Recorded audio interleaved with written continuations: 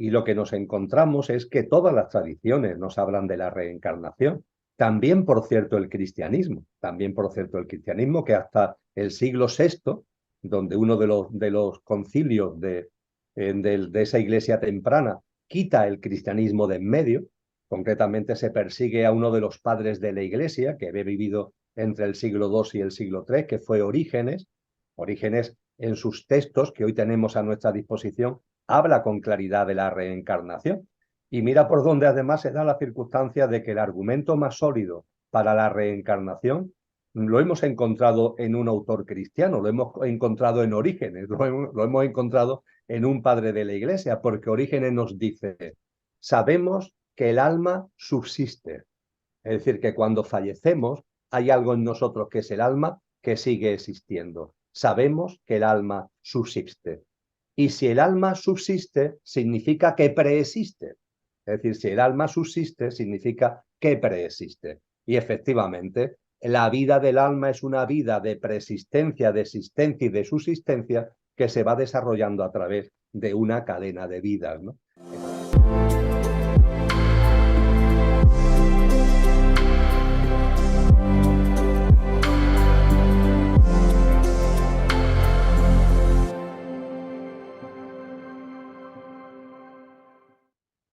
Amigos y amigas del canal Somos Alma, estamos encantados como siempre de estar con vosotros una semana más y agradeceros vuestro cariño, agradeceros vuestros likes, vuestras suscripciones y de nuevo una entrevista con un ser maravilloso que hace mucho tiempo, pero mucho, que teníamos ganas de entrevistarle.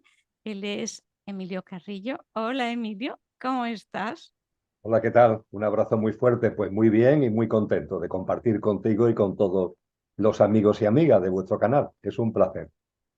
Bueno, todo el mundo te conoce, pero bueno, para los que no, que son muy poquitos, que sepan que eres economista, eres experto internacional en el desarrollo local por Naciones Unidas, te interesa muchísimo la historia, la filosofía, has trabajado en la Universidad de Sevilla, impartes docencia en materia espiritual y distintos cursos. Tienes un blog, El cielo en la tierra, y eres autor de numerosos escritos. Pero eres un ser, eres un alma, y bienvenido a Somos Alma. Tú tuviste una ECM, yo sé que no te gusta mucho hablar de ella, pero es importante para las personas no tanto la fenomenología como los cambios posteriores. Entonces, el camino es tuyo. Cuéntanos qué pasó, qué época era aquella de tu vida y qué fue pasando después. Muy bien, pues con mucho gusto lo comparto, Luján, y lo haré de una forma lo más sintética posible. Es necesario el situarlo, efectivamente. ¿Cuándo sucede? Porque las cosas no suceden por casualidad y menos una experiencia cercana a la muerte. La fecha en la que yo tengo esa muerte y esa vuelta a la vida fue el 29 de noviembre del año 2010. Y eso no supone mi inicio del proceso consciencial o espiritual que ya venía de antes. En mi vida hay un cambio en febrero del año 2000, por tanto estamos hablando de 10 años y medio antes de la experiencia cercana a la muerte, y simplemente fue el encuentro con un texto, el encuentro con un libro en un viaje a América Latina, Uruguay, y ese texto que la vida me puso por delante casi con la obligación de leerlo, y no tuve otro remedio en el tema de un viaje de vuelta en el avión. En fin, no voy a detenerme en eso, pero a partir de la lectura de ese libro, cuyo título es conocido por muchas personas de este canal seguro, que es el Kybalión, donde se resumen los principios herméticos, ese libro me obligó a plantearme cosas que hasta ese momento en mi vida no me había planteado, o mejor dicho, me había planteado en mi adolescencia, temas espirituales, concienciales, pero ya una vez que terminé los estudios de economía, el doctorado, empecé a dar clases, empecé con las actividades, todo eso, todo ese mundo espiritual fue quedando relegado y volvió a aparecer como si fuera el Guadiana, ¿no? Volvió a aparecer 25 años después gracias a esta lectura. A partir de ahí hay un camino que voy recorriendo de forma lenta pero contundente y que hace que entre el 2008 y el 2009 suelte. Fue aquello un periodo de soltar. Dejé la actividad política, en esos momentos yo era vicealcalde de Sevilla, dejé la actividad política por completo, dejé la docencia universitaria, durante 31 años impartí economía política en la Universidad de Sevilla y daba también clases en universidades extranjeras, todo ese mundo también lo dejé por completo y en mí había una necesidad de comenzar una vida totalmente distinta. Y cuando estaba procediendo a estos cambios, precisamente inmerso en todo este proceso de cambio, fue cuando tuve el accidente, entre comillas, un accidente de montaña, que me provocó la experiencia cercana a la muerte. Y la experiencia cercana a la muerte fue una bendición que lo que me ayudó fue a soltar definitivamente, porque cuando tomamos la decisión de empezar lo que Cristo Jesús denomina nacer de nuevo, es decir, morir a una forma de vida para nacer, resucitar a una forma de vida distinta, hay siempre nudos, hay nudos de lo anterior, ¿no? Y para mí la experiencia cercana a la muerte, tanto per se, ahora me referiré a ella, como por el largo periodo de recuperación, porque fueron 10 meses los que tardé en volver a tener una vida, entre comillas, normal.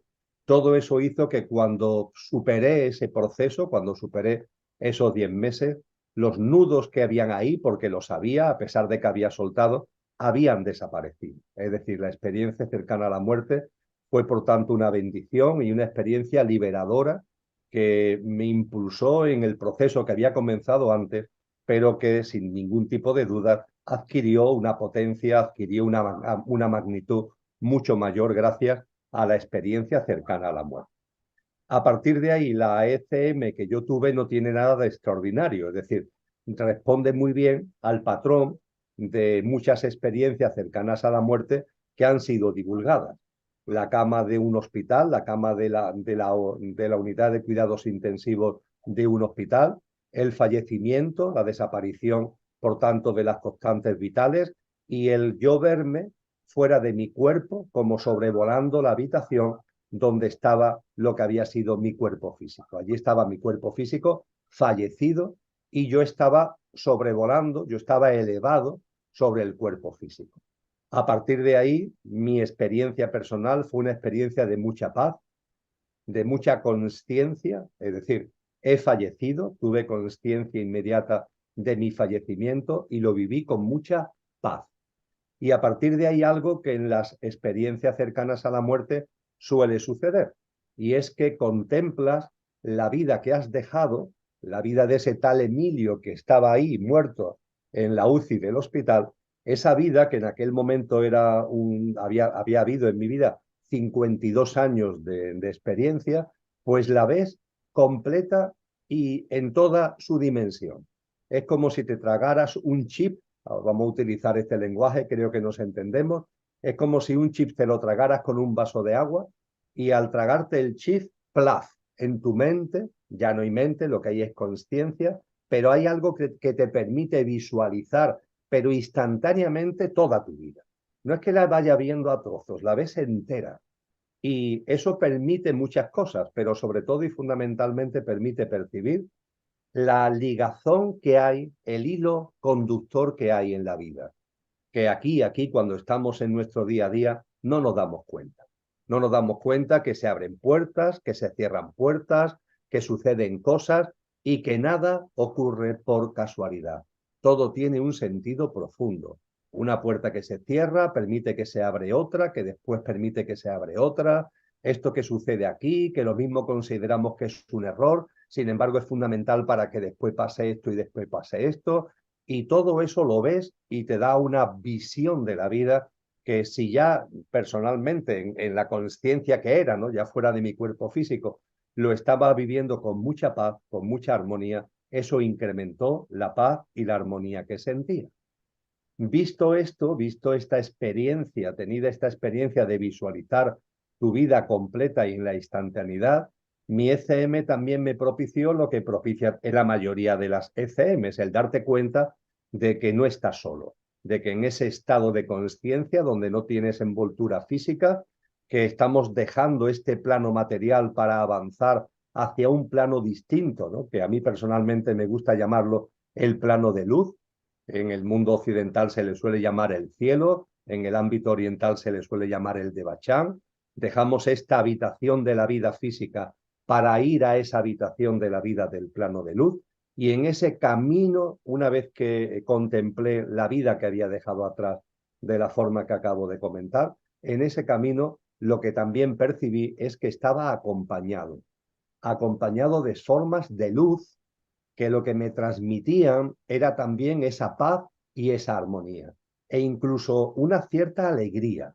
Vi como unas formas de luz que yo de alguna forma asocié a que eran seres que me estaban acompañando, y no solamente eso, sino que en la medida en que mi conciencia puso atención en esas formas de luz, empecé a asociar esas formas de luz con seres que había conocido en la vida física y que habían desencarnado hace ya un tiempo. Concretamente, pude percibir que una de esas formas de luz se correspondía a la dimensión álmica de mi madre, de quien había sido mi madre en la vida física, que había fallecido, esto estamos hablando, como decía antes, de noviembre del 2010, mi madre falleció en abril del 2005, y otra forma de luz se correspondía al alma que había encarnado en mi padre, que había fallecido en 1997. Y cómo pude darme cuenta, cómo en conciencia puedes percibir que esas formas de luz se corresponden con esas almas que tuvieron que ver tanto en mi vida como Emilio. La única forma de explicarlo, si antes ponía el ejemplo del chip, que se traga como si te lo metieras con un vaso de agua, para explicarlo de la visión completa de la vida, esto que estoy compartiendo sobre percibir que esas formas de luz se corresponden con esas dimensiones álmicas, la única forma que tengo de compartirlo es la fragancia, la fragancia. Es una fragancia, claro, es una fragancia vibracional, no es una fragancia de olor. Ahí no hay olfato, ¿no? Pero es como algo que te llega, que tú asocias esa luz a esa reminiscencia, a ese recuerdo consciente de lo que fueron mi padre y mi madre. Es como si vas por la calle paseando y te llega el olor de una comida. A mí me gusta poner el ejemplo porque me gustan mucho. Te llega el olor de un guiso de lentejas y tú vas por la calle, no sabes de dónde viene ese olor, puede venir de cualquier casa, ¿no?, que están preparando el guiso de lentejas, pero al llegarte la fragancia del guiso de lentejas, las lentejas aparecen en tu cabeza, es como si las estuvieras viendo. La fragancia lleva a una percepción visual mental de las propias lentejas. Y si tienes hambre, incluso te puedes ya imaginar comiendo las propias lentejas, ¿verdad? Pues bien, esa fragancia es la forma que tengo de explicar que pudiera percibir que esas luces, esas formas de luz, tuvieran que ver con la presencia álmica de quien fue mi madre y de quien fue mi padre. Y en ese contexto avancé, también aparecieron una tía mía muy querida, mi tía María, apareció también como forma de luz, y en ese contexto, bien acompañado y en mucha paz y en mucha armonía, me encaminé hacia ese paso ya definitivo hacia el plano de luz, que es lo que en muchos textos se llama el túnel de luz, es decir, una especie de puerta que tienes delante para acceder ya a esa habitación de la vida, no en el plano físico que había dejado, sino la habitación de la vida en el plano de luz. Y estando en el túnel de luz, percibí que mi forma de luz, porque yo también era un ser de luz, obviamente no tenía envoltura física, empecé como a destellear. Hay un momento determinado que empecé como a ser más resplandeciente. Y las formas de luz que me acompañaban igualmente. Empezaron eso, como a destellear, no como a resplandecer. Esa dimensión álmica de mi padre, de mi madre, de mi tía María, empezaron como a resplandecer. Y percibí en conciencia que eso se debía a que estaba llegando y más que nos estaba llegando, que nos estaba envolviendo una fuerza muy potente. Y esa fuerza muy potente es la que hacía que destelláramos, la que nos hacía más resplandecientes aún, ¿no? Y esa fuerza muy, muy clara, esa fuerza que nos estaba envolviendo, en un momento determinado percibo que se hace presente delante mía, y de la misma manera que en esas formas de luz había visto a mi padre, a mi madre, etcétera, aquí lo que veo delante mía es la figura de Jesús de Nazaret, es la figura de Cristo Jesús. Una figura además que puedo visualizar como en su componente físico, ¿no? Y es un Jesús fuerte, es un Cristo Jesús como atlético, no tiene que ver a veces con estas iconografías, ¿no? De un Jesús de Nazaret un tanto escuchimizado, enclenque, no, es una persona fuerte, una persona de comprensión deportiva, ¿no? Y que me mira con unos ojos de un enorme amor, de una enorme compasión, con una melena que no le llega a los hombros, y en ese contexto donde lo que yo veo en él, lo que yo percibo en él, es amor y autoridad. Amor, porque es amor, muy difícil de definir con palabras, porque en este plano el amor la confundimos con muchas cosas que tienen que ver con el mundo emocional, sentimental, no. Ahí hay un amor que, es, que te traspasa, es un amor como si tuviera la capacidad de sacar lo mejor de ti mismo, ¿no? Quizá ese destello, ¿no? Que yo estaba también viviendo y percibiendo en mí y en la forma de luz que me rodeaba, ¿no? Y junto con el amor, la autoridad que posteriormente, es un tema que me ha interesado mucho, he podido percibir que es de donde viene realmente el término autoridad, de autoritas. Nosotros en esta sociedad confundimos la autoridad con la potestad, es decir, con el ejercicio de un cargo. Antiguamente se diferenciaba entre autoritas y potestas. Potestas es la autoridad que te da un cargo, y eso no cuenta. Lo importante es la autoridad, el carisma, ¿no? La autoridad que llevas en tu presencia, ¿no? Y esa figura tenía una enorme autoridad junto con el amor, una enorme presencia que la llenaba de esa autoridad. Y en ese contexto se establece un breve diálogo en donde Cristo Jesús me dice, ¿te encuentras bien? Ya me la había, por cierto, antes, esa figura que yo asocio a mi madre, ya me la había preguntado y respondí la verdad. Me encuentro con mucha paz, con mucha armonía, estoy feliz. Y me dice a continuación, ¿y lo estarías si volvieras? Y en conciencia hice una reflexión breve y mi respuesta fue la verdad también. Sí, creo que si volviera mantendría esta paz, mantendría esta armonía, mantendría esta felicidad. Entonces esa figura llena de amor y de autoridad me dice, entonces vuelve. Y en ese mismo momento, Luján, me encontré otra vez en la cama de la UCI, pero dentro de mi cuerpo físico y restableciéndome, ¿no? En todo el lío, en medio de la UCI, la atención médica, restableciendo mis constantes vitales y volviendo a la vida. A partir de ahí, bueno, pues como antes te comentaba, el proceso de recuperación fue muy lento. Me dieron el alta para Navidad, pero tuve que estar en cama en casa prácticamente hasta el mes de febrero y el proceso de recuperación hasta septiembre fue lento, pero todo estuvo lleno de mucha paz y de mucha armonía. Y esa paz y esa armonía que yo creí que podía mantener cuando volviera a mi cuerpo físico, efectivamente se mantuvo.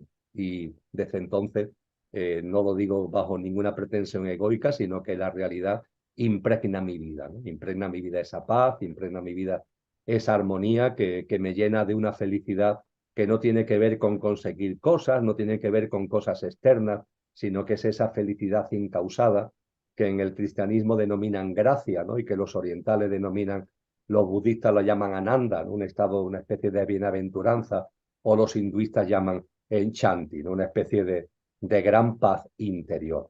Y en ese contexto, pues a lo que tú antes compartías como un elemento importante de las experiencias cercanas a la muerte, la transformación de vida. Es decir, esto no se queda ahí. Es decir, esta Perdona. experiencia Sí. hizo que mi vida cambiara. Ya estaba cambiando antes, como comentaba, pero hizo que ya mi vida cambiara definitivamente, transformándose, que suele ser una de las características de las experiencias cercanas a la muerte, que son autotransformadoras. Emilio, tú volviste, te preguntaron si estarías bien aquí, pero en ese mundo que entiendes que absolutamente tiene sentido y que todo es un para qué, allá entiendes que esto de aquí, todo es correcto y todo tiene su para qué. Perfecto para nosotros. ¿Para qué ocurren las ECMs? ¿Cuál es, entre comillas, la misión que crees que puedan tener aquellas personas que han tenido una experiencia cercana a la muerte? Percibo que son experiencias que están llamadas y que nos convocan a ser compartidas, a ser compartidas. Estamos en un mundo, estamos en una sociedad que por un lado ha matado a Dios, como decía Friedrich Nietzsche, ¿no? El gran poeta, el gran filósofo germano. Matar a Dios no significa coger a un señor de barba blanca, ¿no? Que vive más allá de Júpiter y estrangularlo. No, no, matar a Dios es expulsar lo trascendente de la vida personal y de la vida social. Y esta sociedad expulsa lo trascendente y hace que haya muchas influencias y muchas interferencias y muchas manipulaciones del inconsciente colectivo dirigidas a que nos apeguemos a lo puramente material, a la apariencia, a lo superficial, y que olvidemos la esencia, que olvidemos lo que está más allá de la apariencia, que olvidemos que hay una realidad que está más allá de lo material, ¿no? Eso es matar a Dios. Y junto con matar a Dios y unido a matar a Dios, esta es una sociedad que ha convertido la muerte en el nuevo tabú social. Durante mucho tiempo el gran tabú social fue la sexualidad. Y la sexualidad se escondía, la sexualidad estaba llena de multitud de contaminaciones. Si nos fijamos, eso hoy día no sucede. Pero hay un nuevo tabú. Esta sociedad tan moderna tiene un tabú nuevo. Y ese tabú es la muerte. La muerte se esconde. La muerte se quiere de alguna forma disfrazar.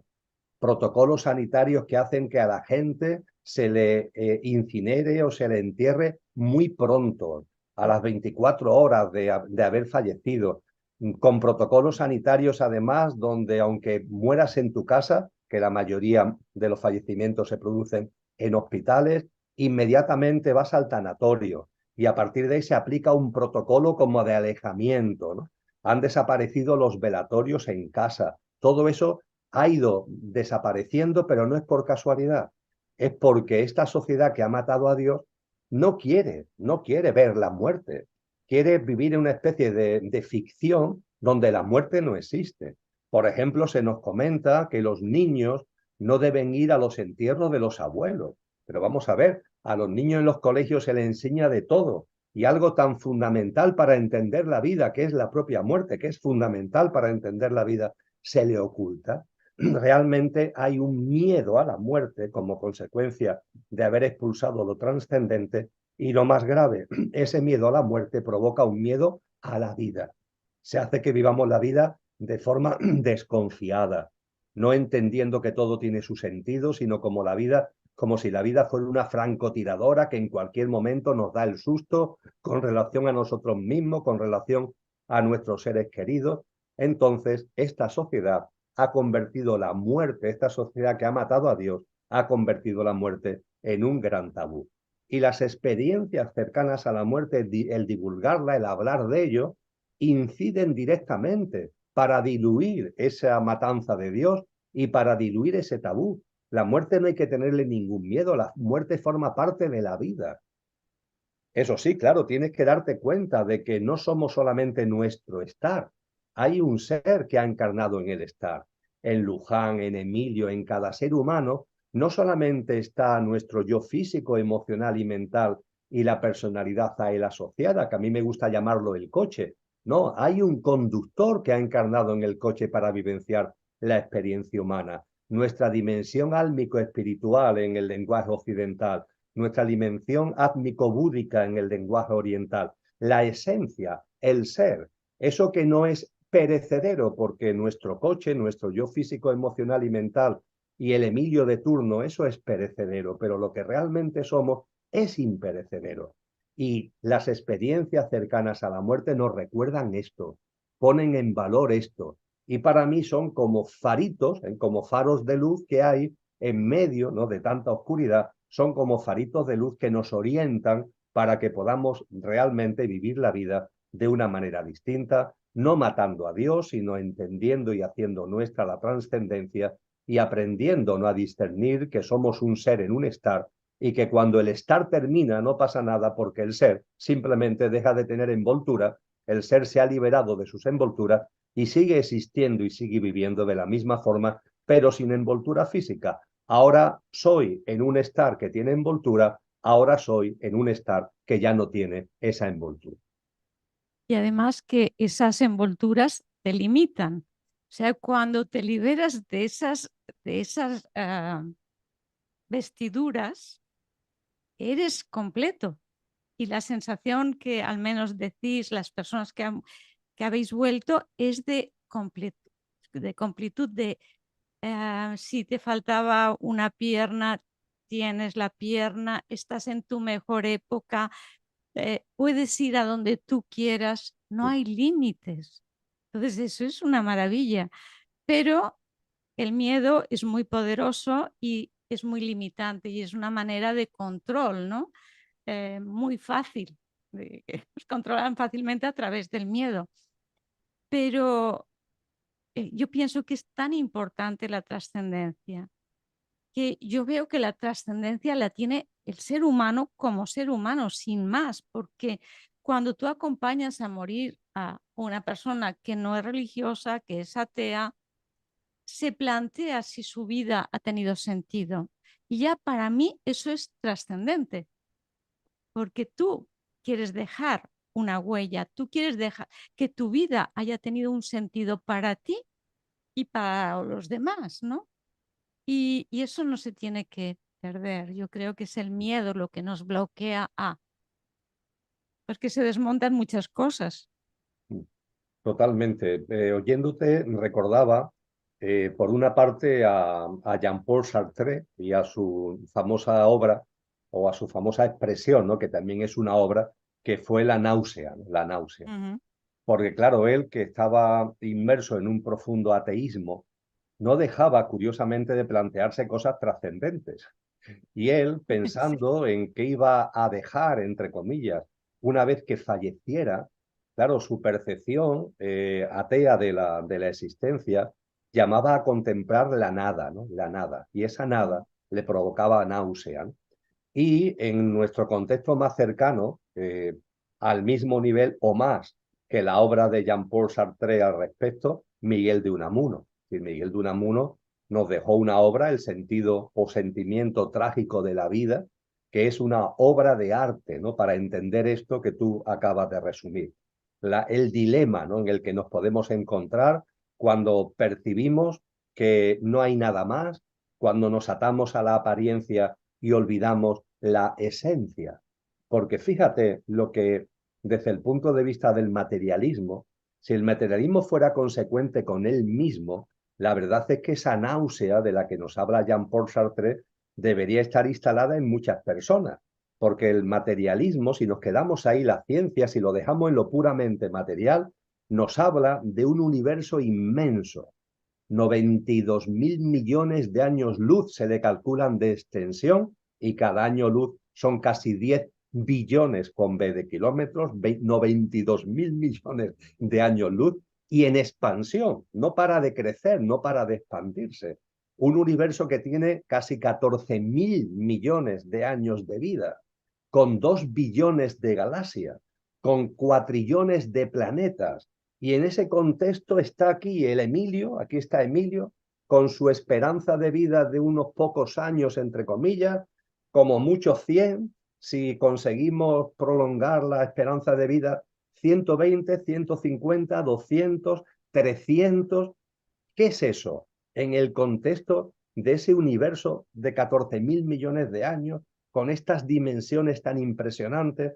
Una mosca que esté aquí en esta habitación tiene más peso, tiene más presencia en el planeta Tierra que la vida de Emilio en el contexto del universo. No somos nada. Y esto nos debería llevar a la filosofía materialista, debería llevarle a plantearse las cosas con mucha humildad, no con la prepotencia, no con la soberbia de rechazar la existencia de lo que no sea lo puramente material, todo lo contrario, debería llevarlo a reflexionar. Oye, ¿es posible que en este contexto tan impresionante, que conforme más lo conocemos, más nos sorprende por su envergadura, la vida sea solamente esto? ¿Es razonable? ¿Tiene sentido común? Este universo que estamos contemplando cada vez más, que todo tiene su sitio, que todo tiene sus ciclos, sus rotaciones, que todo es como perfecto, cada vez nos vamos dando más cuenta desde el punto de vista científico. ¿Tiene sentido que tu vida, mi vida, sea esto? Nada, nada. La verdad es que si lo reflexionamos con un poquito de sentido común y de discernimiento, eso nos abre, ¿no? Nos abre una perspectiva distinta de la vida, y esa perspectiva distinta de la vida pues casa como un guante con lo que las experiencias cercanas a la muerte nos enseñan. Es que la vida no es solamente la vida en Emilio. Este es un estar, es solamente un estar, pero hay muchos estares y la vida se desarrolla a través de reencarnaciones, a través de cadena de vidas, y además de la experiencia humana hay otras muchas experiencias para el ser que somos, etcétera, etcétera. Y todo eso te va dando una percepción de la vida que te va llevando a ser más sencillo, que te va llevando a ser más humilde, que te va llevando a ser más compasivo, que te va llevando a ser más amoroso, y que te va llevando a darte cuenta que además la humanidad es como una especie de gran familia, que deberíamos llevarnos magníficamente entre nosotros en lugar de estar permanentemente metiéndonos los dedos en los ojos de los demás, y que nos debería además hacer llevar la vida en una simbiosis con la madre tierra, en una simbiosis y en una armonía con la naturaleza, que desgraciadamente una humanidad que se aferra a lo material, que se aferra simplemente a lo superficial, pues desgraciadamente va perdiendo y va convirtiendo todo lo contrario, va convirtiendo lo que es un paraíso, porque este planeta es un auténtico paraíso, pero nuestra forma de vida tan deshumanizada, tan desnaturalizada, y habiendo matado a Dios, pues lo convierte en un infierno. Has hablado de las reencarnaciones. Realmente es un absurdo pensar que todo este universo es para que vivamos una única vida, que además, si no tenemos conciencia o nos hemos equivocado, no hemos ni vivido. Eh, Según los estudios que tú has hecho, ¿qué opinas sobre la reencarnación? Todas las tradiciones espirituales que hemos estudiado, mi esposa Lola y yo, es nuestra vida, es el estudio, además de la práctica de vida, en la medida de lo posible, por supuesto, ¿no? Que nos queda mucho camino por delante, pero en fin, vamos dando nuestros pasitos, ¿no? Junto con la práctica de vida es el estudio profundo, el estudio hondo, ¿no? El estudio sincero de lo que los sabios y sabias de todas las tradiciones espirituales nos han enseñado. Y lo que nos encontramos es que todas las tradiciones nos hablan de la reencarnación. También, por cierto, el cristianismo. También, por cierto, el cristianismo, que hasta el siglo VI, donde uno de los concilios de esa iglesia temprana quita el cristianismo de en medio, concretamente se persigue a uno de los padres de la iglesia, que había vivido entre el siglo II y el siglo III, que fue Orígenes. Orígenes, en sus textos que hoy tenemos a nuestra disposición, habla con claridad de la reencarnación. Y mira por dónde además se da la circunstancia de que el argumento más sólido para la reencarnación lo hemos encontrado en un autor cristiano, lo hemos encontrado en Orígenes, lo hemos encontrado en un padre de la iglesia, porque Orígenes nos dice, sabemos que el alma subsiste. Es decir, que cuando fallecemos hay algo en nosotros que es el alma que sigue existiendo. Sabemos que el alma subsiste. Y si el alma subsiste, significa que preexiste. Es decir, si el alma subsiste, significa que preexiste. Y efectivamente, la vida del alma es una vida de preexistencia, de existencia y de subsistencia que se va desarrollando a través de una cadena de vidas, ¿no? Esto tan maravilloso, ¿no? Cuando van los discípulos con Jesús y se encuentran, dato importantísimo, con un ciego de nacimiento, de nacimiento. Y le preguntan los discípulos a Jesús, Maestro, ¿esta persona por qué es ciega? ¿Lo es por su culpa? Fíjate la pregunta, ¿lo es por su culpa? Vamos a ver, si es de nacimiento, ¿esto qué significa, no? Bueno, se está hablando en términos cristianos de lo que en el ámbito oriental es el karma, es decir, la ceguera que tiene en esta nueva vida es consecuencia de algo en una vida anterior, kármico, que lleva a que ahora sea ciega. Y Jesús responde antes de sanarlo, que hace el milagro de la sanación del ciego de nacimiento, antes de sanarlo dice algo muy hermoso, dice, no, no es ciego de nacimiento por karma, no es por su culpa, es por dharma, es por dharma, es para dar testimonio de la divinidad, para dar testimonio de lo que realmente es. Es decir, se nos dice, que esto en las tradiciones orientales es lo que se llama dharma, que el alma al encarnar eligió el formato de una persona que es ciega de nacimiento en la hipótesis, en la esperanza de que esa experiencia de ser ciega de nacimiento le permitiera vivir la vida de otra manera, una vida más consciente, que no caiga en el entretenimiento, en la distracción, en la tibieza, en la indiferencia, y esas almas valientes, ¿no? Que dármicamente, no kármicamente, dármicamente eligen esperanzas fuertes, ¿no? Pues bien, esto se refleja muy bien en los evangelios, está ahí para quien quiera leerlo en los evangelios oficiales, refleja muy bien la presencia de la reencarnación en el ámbito del cristianismo. Y desde luego esa frase maravillosa de Orígenes, si algo subsiste, tiene que preexistir. Lo que subsiste, preexiste. Y este es el camino álmico, un camino de reencarnación y de cadena de vidas.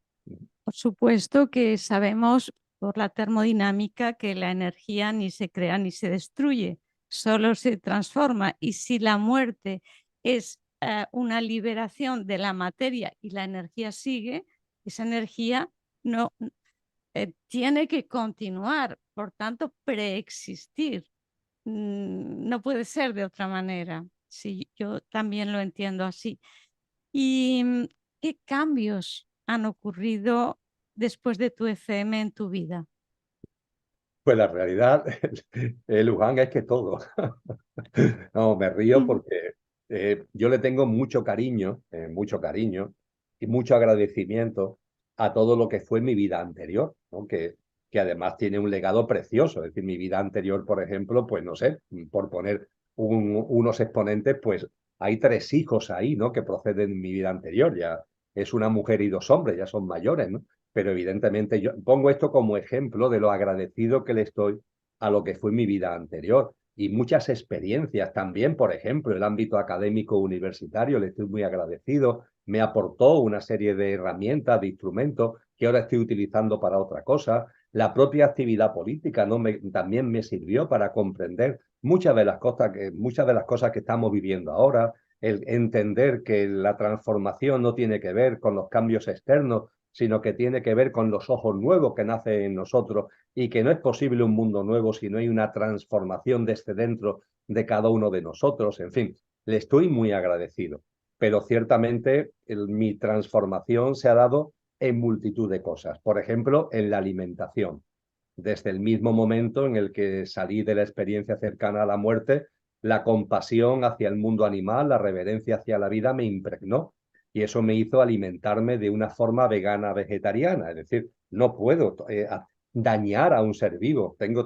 Yo entro en un supermercado, entro en un centro comercial, llevo los euros que llevo en el bolsillo y tengo a mi disposición. No es como mi abuelo o como el bisabuelo que comían lo que podían, ¿no? Incluso mi padre en una determinada época comían lo que podían, ¿no? Pero yo no. Yo ahora cuando entro en un sitio con unos euros en el bolsillo, tengo libre albedrío para elegir. Y si tengo libre albedrío para elegir en conciencia, ¿cómo voy a elegir un alimento que sé que es un alimento de dolor, un alimento de un ser vivo que ha sido maltratado, que ha pasado por un proceso de campo de concentración, que ha sido salvajemente sacrificado en un matadero? No, por favor. No ya por salud, que también, porque eso es una carne de dolor, es un cadáver lo que me estoy metiendo cuando como carne, pero la compasión no me llevó a cambiar por completo mis hábitos de vida. La compasión y la reverencia por la vida me llevó también a convivir con animales, cosa que yo no había hecho en mi vida. Es decir, hoy día Lola y yo compartimos nuestra vida con 2 perritos, un perrito y una perrita, y con 2 gatitas. Y son miembros más de la familia, con el mayor respeto. No los queremos, entre comillas, hacer humanos, no, no. Los queremos disfrutar y vivir con lo que son, que muchas veces nos dan muchas lecciones a los que nos ponemos por encima a veces diciendo que somos una especie superior, lo cual es una gran mentira, ¿no? Entonces la convivencia, ¿no? con el mundo animal, la forma distinta de ver un árbol, la forma distinta de ver una flor, he ido percibiendo además que esa forma distinta de ver a un animal, a un árbol, a una flor, de mirar una montaña, de mirar el firmamento, esa forma distinta también me ha ido ayudando a ver de forma distinta a los seres humanos. Yo ya no veo igual a una persona, yo no veo en la persona ya simplemente su personalidad. Te miro a ti y eres maravillosa como Luján, ¿no? Pero yo no puedo quedarme en Luján. Yo sé que ahí hay un alma encarnada, un alma que está desarrollando un camino, un alma que tiene su karma, que tiene su dharma, un alma además, en tu caso, generosa, ¿no? Que intenta de corazón, con humildad, con sencillez, poner semillas, ¿no? Para que todos vayamos avanzando en este precioso camino que, como antes decía, deberíamos hacer de la mano en lugar de estar haciéndonos trastadas los unos a los otros, ¿no? Hubo una necesidad en un momento determinado de dejar la ciudad. Ya no vivimos, después de muchos años viviendo en ciudad, hoy vivimos a las afueras de Sevilla y bastante tiempo en una playa cercana, ¿no? El mundo urbano, ¿no? El mundo del asfalto y del cemento, lo respetamos, ¿no? Y tenemos una gran compasión hacia todo lo que supone vivir en ese contexto, ¿no? Donde la fuerza vital está muy limitada, ¿no? Debido a tanto cemento y a tanto asfalto, pero lo que nos pide, ¿no? Algo en nuestro interior muy fuerte es un mayor contacto con la naturaleza, es un mayor silencio y también, y para terminar, ¿no? Esta especie de breve glosa al hilo de lo que me has compartido, lo que también he ido percibiendo con claridad es que el camino de la conciencia tenemos que utilizar los dos ojos que tenemos a nuestra disposición, porque antes decía que la transformación es interior y esto es fundamental entenderlo. El cambio es una ventana que se abre desde el interior y estamos llamados a nuestra autotransformación. Ahora bien, la autotransformación no lleva a que nos tapemos el ojo de lo de fuera, del mundo exterior.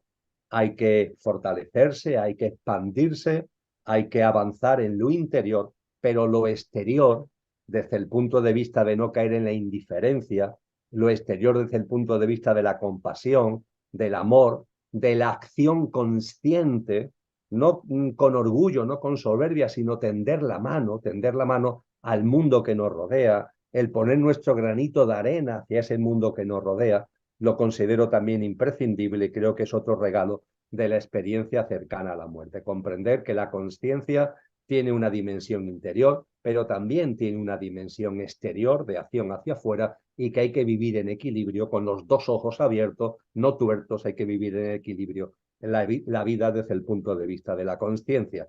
Dicho de una forma muy esquemática, Luján, sería esto la forma brevísima de resumir lo que ha sido un cambio tremendo. Han pasado 13 años y mi vida es que no tiene nada que ver, nada que ver con la que era antes. No, fantástico. Yo siempre digo que la conciencia no es conciencia, sino hay cambio exterior. O sea, el cambio es interior, como tú muy bien dices, pero eso es un ojo. Tenemos el otro ojo, se tiene que manifestar. Ese cambio interior se tiene que dar en el exterior. Y bueno, para terminar, ¿quisieras decirles algo a las personas que nos están viendo? Pues quizás, Luján, en estos momentos en estos momentos me refiero colectivos, Sí. porque al hilo de lo que acabamos de compartir, la dimensión interior, la dimensión exterior, tenemos que ser conscientes, en este sentido los grandes maestros han sido muy claros, la enorme figura que es mucho más que un maestro de Jesús de Nazaret, al que antes hice mención, es clarísima al respecto de que cada uno de nosotros como alma llevamos nuestro camino. Hemos hecho referencia a ello, ¿no? Lo que subsiste pero persiste, llevamos nuestro camino de reencarnaciones. Pero tenemos que percibir, además, darnos cuenta de que nuestro camino se engloba en un ciclo mayor, por así decir, que es la evolución de la humanidad. Y que la evolución de la humanidad tiene que ver también con la evolución de la madre tierra, con la evolución del planeta. Es decir, que hay ciclos menores y hay ciclos mayores. Y hoy día la humanidad está viviendo un momento que es genuinamente histórico porque atendiendo a todas las enseñanzas de estos grandes sabios y sabias, nos estamos acercando a un momento de transición. Por difícil que sean las cosas, por oscuro que veamos el panorama externo, por muchos conflictos, tensiones, manipulaciones, etcétera, que veamos fuera, esto posiblemente no sea sino lo previo, lo necesariamente previo al surgimiento de algo nuevo y muy hermoso. Es como si nos estuviéramos metiendo en el parto que da lugar al nacimiento de algo nuevo. Y ese algo nuevo está muy bien expresado en la tradición cristiana, es una nueva humanidad en una tierra restaurada. Es una humanidad de una vibración más alta en resonancia con una madre tierra con una vibración más alta. Y cada uno aquí llevamos nuestro camino álmico, pero a su vez hay un gran proceso, hay un ciclo mayor en el que estamos inmersos, en el que estamos integrados, que nos está llevando a ese parto para ese nacimiento. Y esto nos debería a tomar conciencia de la importancia de todo lo que sucede en estos momentos y a vivir tanto desatino, vivir tanta tensión, vivir tanta iniquidad, vivir tanta maldad, vivir tantos removimientos y tantas tensiones con mucha confianza, intentando mantener la paz y sacando lo mejor de nosotros mismos, siendo nuestra mejor versión. Creo que cuando hablamos de la necesidad del equilibrio entre lo interior y lo exterior, y vemos la sociedad en la que estamos, con todo lo que está aconteciendo y con todo lo que de algún modo podemos olfatear que va a suceder, porque no sabemos cómo, pero tenemos como intuiciones de que las tensiones van a más, pues bien, vivir todo esto no desde la indiferencia, no desde el miedo, sino desde la confianza, desde esa esperanza consciente de que estamos en los preliminares de algo muy hermoso y muy bello que va a dar lugar a un nuevo ciclo que ya de hecho está presente en muchos corazones y está presente en muchas almas y es por tanto un momento de esperanza, es un momento de confianza, es un momento de ser nuestra mejor versión y creo que esto es muy importante que lo tengamos en cuenta. No solamente mirarnos a nosotros, sino mirar afuera y esa mirada hacia afuera que sea un trampolín precisamente también hacia adentro. Precioso para terminar, ser nuestra mejor versión para poder dar a los demás afuera lo mejor de nosotros mismos. Bueno, ha sido un placer. Estoy encantada de haber estado contigo este ratito y de haber compartido experiencias y tus palabras tan bellas y tan potentes. Muchas gracias. Muchísimas gracias, Luján, y un gran abrazo para todos los amigos y amigas del canal.